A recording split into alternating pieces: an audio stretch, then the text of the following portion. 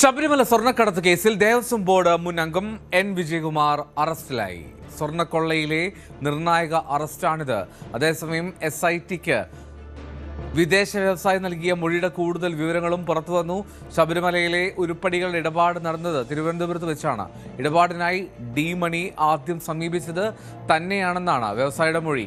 D മണി എന്നാൽ Dawood മണിയെന്നാണെന്നും ഡിണ്ടിഗലിലെ SIT കണ്ടെത്തിയ ആൾ തന്നെയാണ് ഡി മണിയെന്നും വ്യവസായി വ്യക്തമാക്കുന്നു. സാരംഗ് സുധാകരൻ വിവരങ്ങൾ വെച്ചിരുന്നു. സാരംഗ്, ആദ്യം നിർണായകമായിട്ടുള്ള അറസ്റ്റ്, മുൻ അംഗം എൻ വിജയകുമാറിൻ്റെ അറസ്റ്റ്, അത് ഈ കേസിൽ എത്രത്തോളം നിർണായകമാണ് എന്നുള്ളത് നമുക്കറിയാം. അതിനൊപ്പം തന്നെ ഈ ഡി മണിയെ സംബന്ധിച്ച് അദ്ദേഹത്തിലേക്ക് കാര്യങ്ങൾ എത്തിയെങ്കിൽ പോലും അതിൽ വഴിമുട്ടി നിൽക്കുകയായിരുന്നല്ലോ അന്വേഷണ സംഘം. എന്താ ഈ കേസിൻ്റെ നിലവിലത്തെ സാഹചര്യം? എന്തോ സൂചിപ്പിച്ചതുപോലെ തന്നെ വളരെ നിർണായകമായിട്ടുള്ള ഒരു അറസ്റ്റാണ് ഇപ്പോൾ നടന്നത്. എൻ വിജയകുമാറിൻ്റെ അറസ്റ്റ് നടന്നിരിക്കുന്നു. ഒപ്പം തന്നെ അതായത് കഴിഞ്ഞ ദിവസം 26-ാം തീയതി ഈ അന്വേഷണ സംഘത്തിന് മുൻപാകെ ഹാജരാകാൻ വേണ്ടി നോട്ടീസ് നൽകിയിരുന്നു. അതിൽ എൻ വിജയകുമാറും ഒപ്പം തന്നെ ശങ്കർദാസിനും, അതായത് ആ സമയത്തെ ഒരു ബോർഡ് അംഗങ്ങളായ രണ്ടുപേരോടും ഈ ഒരു അന്വേഷണ സംഘത്തിന് മുൻപാകെ ഹാജരാകാൻ വേണ്ടി നോട്ടീസ് നൽകിയിരുന്നു. പക്ഷേ ആ നോട്ടീസിന് മറുപടിയായി അവർക്ക് ശാരീരിക ബുദ്ധിമുട്ടുകളടക്കം ചൂണ്ടിക്കാണിച്ചുകൊണ്ട് ഹാജരാകാതിരിക്കുകയായിരുന്നു. ഒപ്പം തന്നെ കൊല്ലം വിജിലൻസ് കോടതിയിൽ ജാമ്യാപേക്ഷയുമായി ഇതിനു മുൻപ് തന്നെ അവർ സമീപിക്കുകയും ചെയ്തിരുന്നു. ഇതിനിടയിൽ തന്നെ ഒരു അറസ്റ്റിനുള്ളൊരു സാധ്യത മുൻകൂട്ടി കണ്ടിരുന്നു. പക്ഷേ വളരെ വൈകിയാണ്, അതായത് ഹൈക്കോടതിയുടെ പരാമർശം വന്നു, അതായത് പത്മകുമാറിലേക്ക് മാത്രം ഒതുങ്ങുന്നു അന്വേഷണം, വമ്പൻ സ്രാവുകളിലേക്ക് കടക്കുന്നില്ല.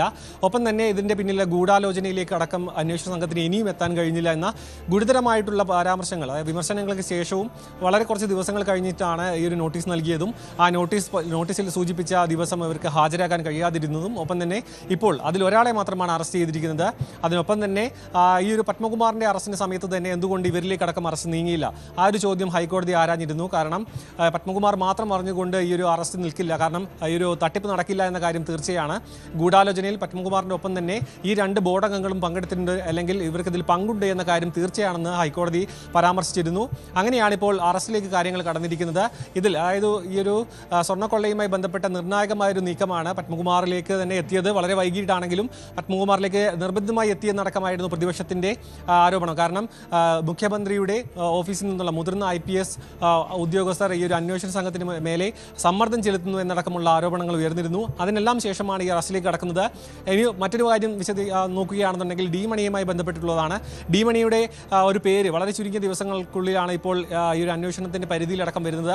രമേശ് ചെന്നിത്തല പരാമർശിച്ച ഒരു വ്യവസായിയുടെ മൊഴിയുടെ അടിസ്ഥാനത്തിലേക്കാണ് ഡി മണി അഥവാ ദാവൂദ് മണി എന്ന ഒരു തമിഴ്നാട് സ്വദേശിയിലേക്ക് കാര്യങ്ങൾ എത്തുകയും തുടർന്ന് അന്വേഷണ സംഘം ഡിണ്ടിഗലിലേക്ക് എത്തുകയും ചെയ്തു. തുടർന്ന് വളരെ പെട്ടെന്ന് തന്നെ ഇയാളെ അറസ്റ്റ് ചെയ്യാൻ, അല്ലെങ്കിൽ ഇയാളിലേക്ക് എത്താൻ കഴിഞ്ഞെങ്കിലും പക്ഷേ ഇയാൾക്ക് ഈ ഒരു സ്വർണ്ണക്കൊള്ളയുമായി ബന്ധപ്പെട്ടുള്ള ബന്ധം സ്ഥിരീകരിക്കാൻ കഴിഞ്ഞിരുന്നില്ല. പിന്നീടാണ് വീണ്ടും ഈ ഒരു വ്യവസായിയിലേക്ക് എത്തുകയും ഈ പറഞ്ഞ ദാവൂദ് മണി അല്ലെങ്കിൽ ഡി മണി എന്ന് പറയുന്ന ആൾ തന്നെയാണ് ഈ ഒരു സ്വർണ്ണക്കൊള്ളയുമായി ബന്ധപ്പെട്ട ഈ ഒരു തട്ടിപ്പ് അല്ലെങ്കിൽ ഈ ഒരു ഗൂഢാലോചനയിലടക്കം പങ്കെടുത്ത വ്യക്തി എന്ന് ഈ ഒരു വ്യവസായി വീണ്ടും സ്ഥിരീകരിക്കുകയായിരുന്നു.